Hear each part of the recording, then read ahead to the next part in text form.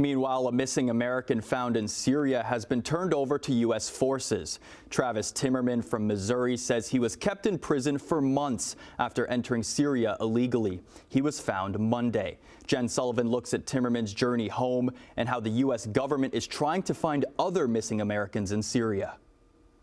A missing man from Missouri found in Syria this week is now back with U.S. forces in Jordan.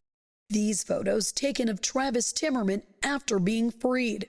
The 29-year-old spent several months inside a Syrian prison, the saga ending a long nightmare of unknowing for his family back in Urbana, Missouri. When I saw him on the news, I started bawling. I told her, I'm like, really him, he's really alive. Stacy and Richard Gardner say their son traveled from Hungary because he wanted to write a book on old churches, but they have no idea how he ended up in Syria. They lost contact with him in May. Every night I had a meltdown.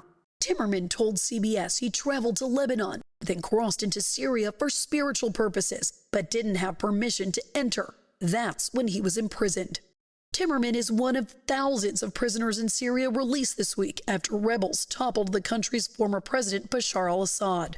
We're determined to work with the Syrian people to shape a future that lives up to that promise. At a press conference in Jordan Saturday, Blinken spoke about tracking down further missing Americans in Syria. The United States continues our own dogged, determined efforts to find American journalist Austin Tice and bring him home safely.